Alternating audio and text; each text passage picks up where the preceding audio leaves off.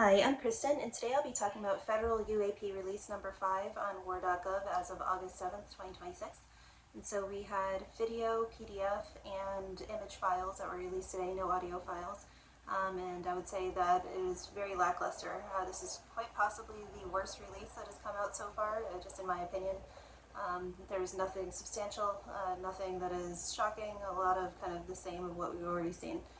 And so in the first set of videos that were released, there were 6 videos that were taken from the Gulf of Oman in 2021, and it was just absolutely awful quality. In those videos that were released, it was kind of like showing a screen being filmed, like almost as if somebody had just like a phone in their hand and was filming a different screen in front of them, and so it's like a little bit shaky and just like absolutely awful quality of orbs. And so I'll just kind of like put one in just so you can kind of see what it was like, but like I'm kind of shocked that that was released at all, just because it's just like such horrible quality.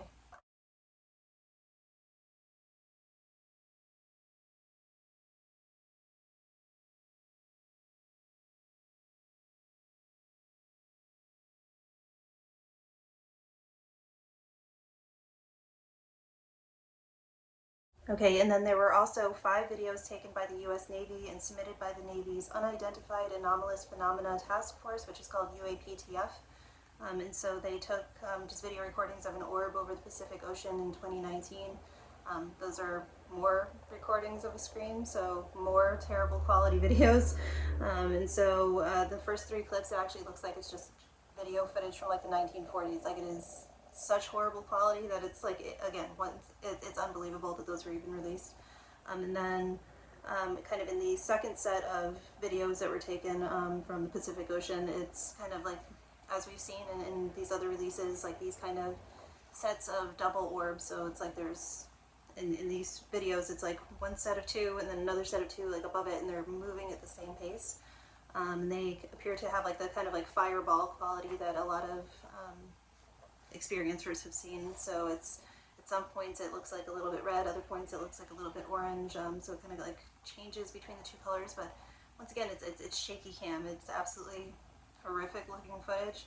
I mean, it is something, but it's not much. And then there were 4 videos submitted by the U.S. Central Command of footage from over the Middle East in 2023. One of the videos kind of looks cool. It shows kind of just like a white orb traveling over a city, and has like this blue hue over it. And again, nothing stands out about the actual UAP. This orb, that is what an orb looks like. It, as we've seen in all these other releases, as many people have seen, just even over their own homes, it's just a white ball of light, but it did look pretty.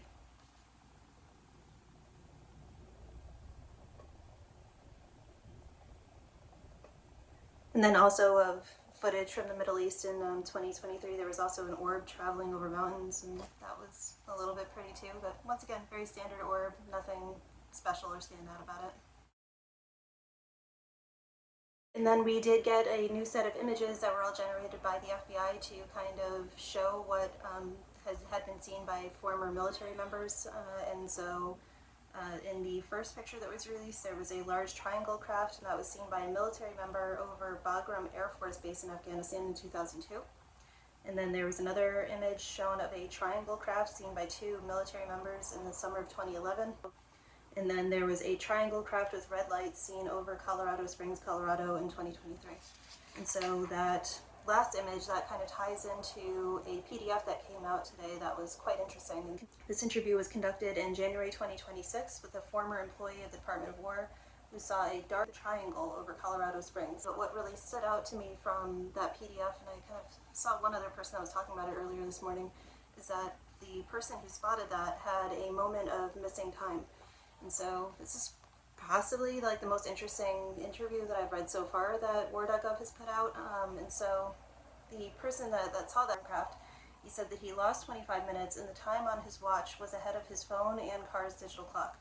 And so then he kind of checked with the person that was with him, and it seems like their phones matched up with the time that the person that was missing time kind of had on his digital clocks. And it's just, it's really weird. I've had kind of my own experiences with my daughter where we've noticed that all of our manually set clocks are not at the same time as like the time that I'm seeing on my phone. but typically the time that I'm seeing on my phone is running faster than anything that I've set manually, like in my car or on my microwave.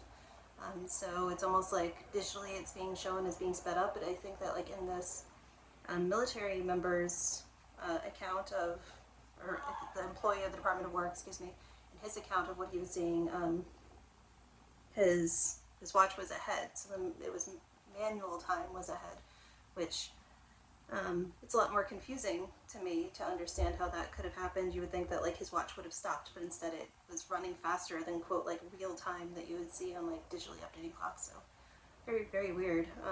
Almost like he was brought forward in time and then it got like discombobulated. And then some other PDFs that were released. There was one about a UAP near Puerto Rico in 1964, and that was described as being delta-shaped, and this kind of was highlighted by the government because of the speed of that craft.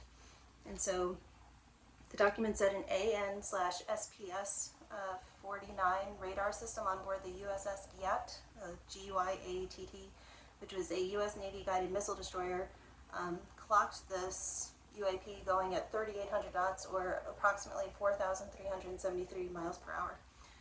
And so they kind of ruled out that that was an experimental craft that America had created. And I mean, of course, I don't believe that, especially back then, that there was anything that could come close to going that speed.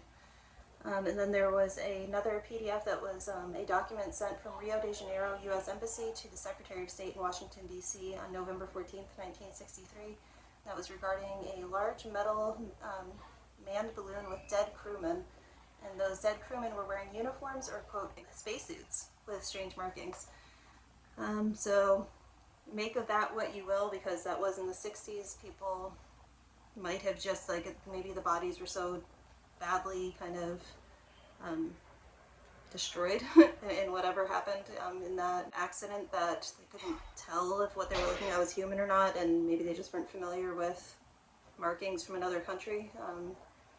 But yeah, it's nothing to suggest that that was actually, quote, aliens.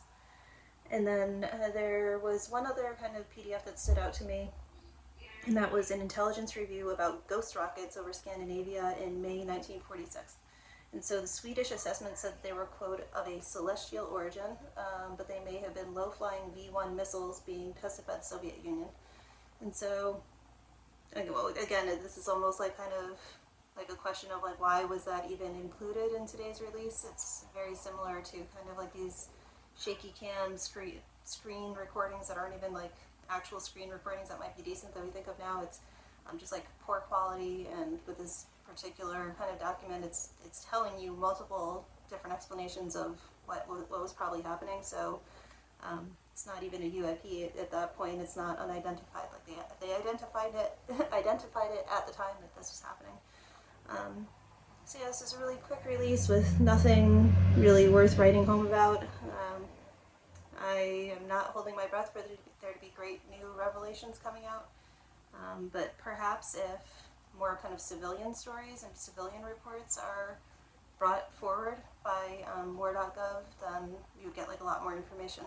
And I know that it was either, I think like 2 releases ago, there was like that video footage that was submitted by, it seemed like a civilian that was filming like these 2 glowing like red orbs over his backyard, like, and then moving behind his trees, and like that was like really good footage, and it was pretty stable and it was pretty close. And so again, that was, as far as I'm aware, from a civilian, and civilians just have a lot of like really crazy high definition like notable footage, and so if that can start being dispersed through this, that would be a lot better.